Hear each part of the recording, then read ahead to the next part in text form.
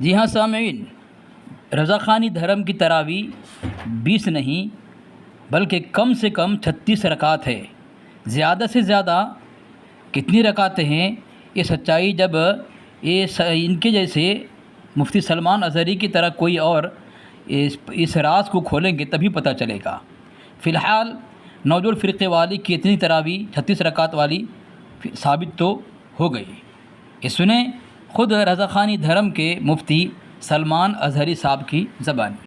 میرے اشرف کو گالی جو بکتا رہا، میرے اشرف کو گالی جو بکتا رہا، نارے دوزخ میں جا کر وہ گرتا رہا۔ واللہ واللہ واللہ واللہ واللہ۔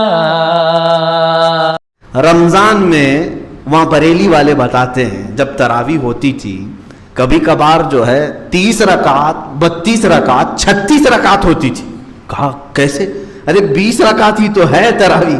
کہا نہیں، یہاں اکثر ہوتا تھا 20 کی بجائے 30 ہوتی تھی، 32 ہوتی تھی، 34۔ یہ تو آپ نے سن لیا۔ اب بریلوی اپنی مسجدوں میں تراویح کتنی پڑھتے ہیں وہ اصل نہیں، کیونکہ میں نے پہلے بھی آپ کو اس نوجوان فرقے والے مفتی کی زبانی سنایا تھا، شمس الدین مکرانہ کی زبانی سے، کہ رضا خانی نوجوان فرقے والے یہ مزار میں پڑے رہتے ہیں، درخت کے سامنے پڑے رہتے ہیں، سجدے کی حالت میں پتھر کے سامنے سر ٹیک دیتے ہیں، یہ نماز نہیں پڑھتے۔ اس سے پہلے میں نے سنایا تھا، یعنی فرض نمازوں میں نہیں جاتے۔ ہاں، تراویح میں مٹھائی کے لیے شاید جاتے ہوں گے، وہ بھی ان کو 36 رکعت تراویح پڑھنے کی نوبت آ جاتی ہے۔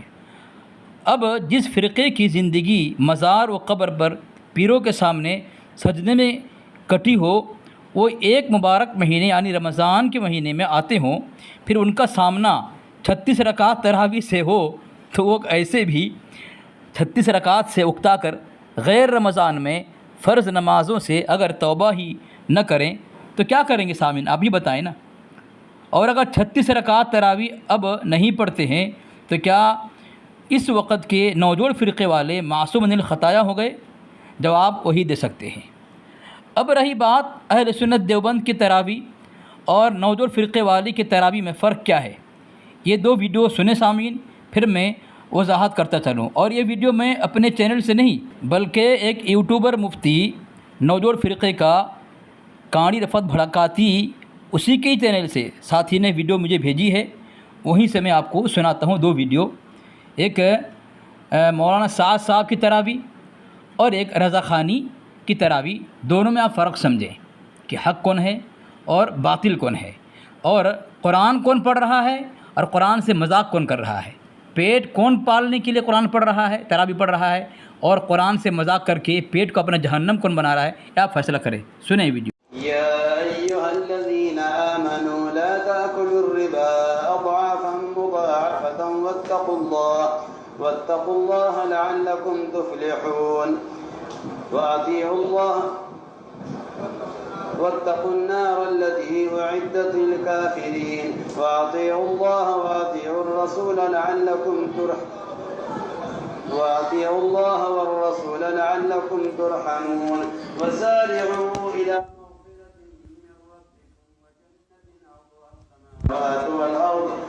والأرض أعدت للمتقين الذين ينفقون في السراء والضراء والكاظمين الغيظ والعافين عن الناس والله يحب المحسنين يا أيها والذين إذا فعلوا فاحشة أو ظلموا أنفسهم ذكروا الله فاستغفروا لذنوبهم ومن يغفر الذنوب إلا الله ولم يصروا على ما فعلوا وهم يعلمون۔ سامعین، یہ جو تراویح آپ نے سنی ہے یہ مولانا سعد صاحب کی تراویح ہے۔ کوئی بچہ ہو اور بچے کو بھی پوچھ لیں، جو مکتب کا بچہ قرآن پڑھ رہا ہو، وہ بھی کہہ دے گا کہ یہ قرآن پڑھا جا رہا ہے، اور صرف پڑھتے نہیں ہیں، غلطی آنے کے بعد یہ آگے نہیں بڑھ رہے ہیں بلکہ ان کو لقمہ دیا جا رہا ہے، پھر آگے بڑھ رہے ہیں۔ وہ قرآن نہیں پڑھ رہے ہیں جو رضا خان اپنی تراویح میں پڑھتے ہیں۔ تو سامعین، اب ان کی تراویح آپ نے سن لیا، یہ قرآن پاک کی آیات کو صاف صاف پڑھ رہے ہیں، اور جس کو سننے والا بآسانی غلطی پر لقمہ دے رہا ہے اور اس لقمے کو لے کر کے آگے بڑھ رہے ہیں وہ، اگرچہ غلطی ہو رہی ہے، غلطی ہونا عیب نہیں ہے۔ اگر یہ قاری کہے گا کہ تراویح میں غلط پڑھنا، بھول جانا، اور پیچھے سے لقمہ کوئی دے رہا ہو تو یہ عیب ہے اور یہ اسلام کے خلاف ہے، تو اعلان کرے گا وہ، ٹھیک ہے؟ کیونکہ انہوں نے جو قرآن پاک جو تراویح میں پڑھ رہے ہیں وہ سننے والا بآسانی سن کر کے لقمہ دے رہا ہے، اور پڑھنے والے اس کو سن کر کے آگے بڑھ رہے ہیں، اور ایسا قرآن نہیں پڑھ رہے ہیں جو سامنے پیچھے والے کو سننے میں دقت ہو یا لقمہ دینا مشکل ہو۔ اب یہ تو سن لیا آپ نے مولانا صاحب کی تراویح، اب رضا خانی تراویح سنے سامعین، آپ کو اندازہ ہو جائے گا کہ وہ قرآن پڑھ رہا ہے یا مذاق کر رہا ہے، یا قرآن پڑھ رہا ہے یا کسی اور دھرم کی کتاب جو ہے وہ پڑھ رہا ہے وہاں پہ۔ قرآن تو نہیں ہو سکتا وہ، آپ سنیں پھر فیصلہ آپ ہی کریں۔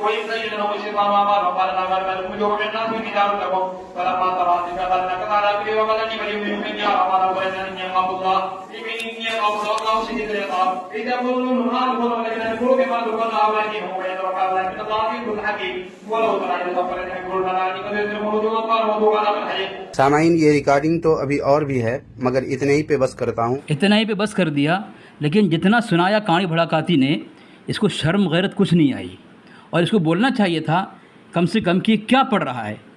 مولانا صاحب تو تلاوت کلام پاک کر رہے ہیں، قرآن پاک کی تلاوت کر رہے ہیں، بالکل صاف واضح ہے، لیکن یہ کیا پڑھ رہا ہے؟ ایک کانی بھڑکاتی کو بولنا چاہیے تھا یہ کہیں اور مندر میں پڑھ رہا ہے جہاں پہ سب غیر ہوں، جن کو سمجھ میں نہیں آ رہا ہے کیا پڑھ رہا ہے۔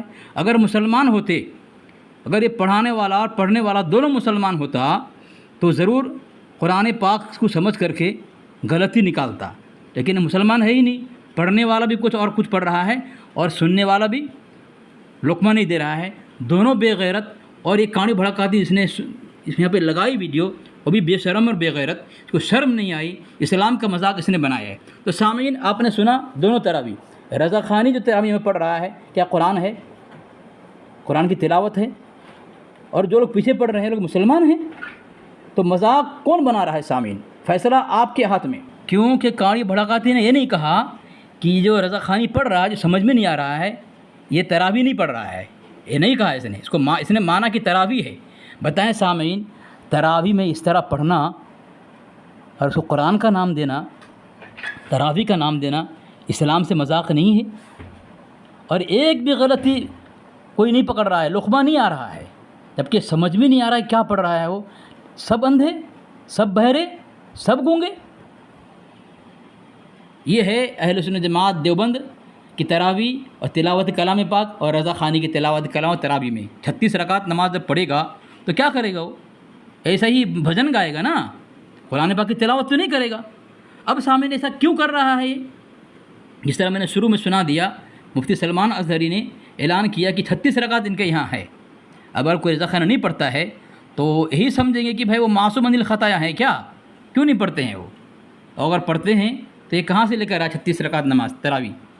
اب یہ کیوں پڑھا؟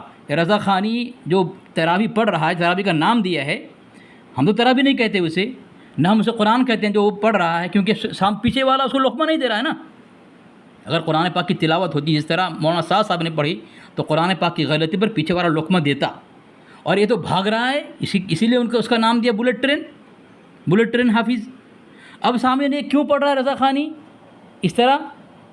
تو اس کی وضاحت اور اس کا خلاصہ خود آپ یوٹیوبر مفتی قاری رفعت بھڑکاتی، نوجوڑ فرقے کا عاشق، اسے آپ جو ہے اس کی زبانی سن لیں، آپ کیا کہہ رہا ہے وہ۔ قرآن مجید یاد نہ ہونے کے باوجود جو موٹی رقم ملتی ہے اس کے لیے یہ لوگ نماز تراویح میں نماز کے ساتھ مذاق کرتے ہیں تاکہ موٹی رقم مل جائے اور ان کے پاپی پیٹ کی آگ بجھانے کا انتظام ہو سکے۔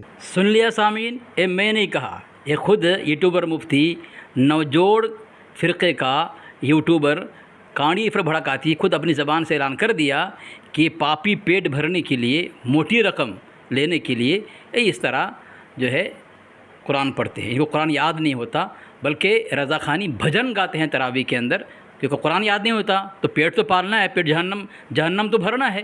اب وہ جہنم کو بھرنے کے لیے کیا کریں گے؟ تو بھجن گائیں گے۔ تو جس کی غلطی کیا پکڑیں گے؟